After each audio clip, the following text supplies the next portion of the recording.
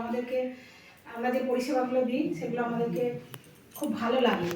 মানে ছোট ছোট বাচ্চা, শিশু, মা, তারপর গর্ভবতী মা, প্রসূতি মা, এদেরকে নিয়ে আমাদের কাজ, আমরা খুব আনন্দ পাই। টাকা পয়সার কথা ভাবতেই হয়, কারণ নিজেদেরকে বাঁচতে গেলেও তো টাকা পয়সা ছাড়া চলে না। তো আমরা যে যে স্বল্প নিয়ে আমাদের সহায়িকা বা অঙ্গনারীরা কাজ করে, তাতে তারা আনন্দের সঙ্গেই কাজটা করে। আর আমাদের কাজটা সরকারি কাজ বলে ধরা হয় না, সরকারের আওতায় হলেও এটা সরকারি আওতায় বটে, কিন্তু সরকারি কোনো ইয়েরা আমরা পাই না, সহায়িকারাও পায় না, অঙ্গনারীরাও পায় না। তবু আরও দিদি অনেক দিন এখানে যারা কাজ করেছে, হয়তো তারা তারা হয়তো যে ছোটবেলায় যাদেরকে নিয়ে কাজ করেছে তারা হয়তো আজকে বাবা হয়ে গিয়েছে, মা হয়ে গিয়েছে, তাদের বাচ্চাদেরকেও হয়তো পরিষেবা দিয়েছে আরতি দি।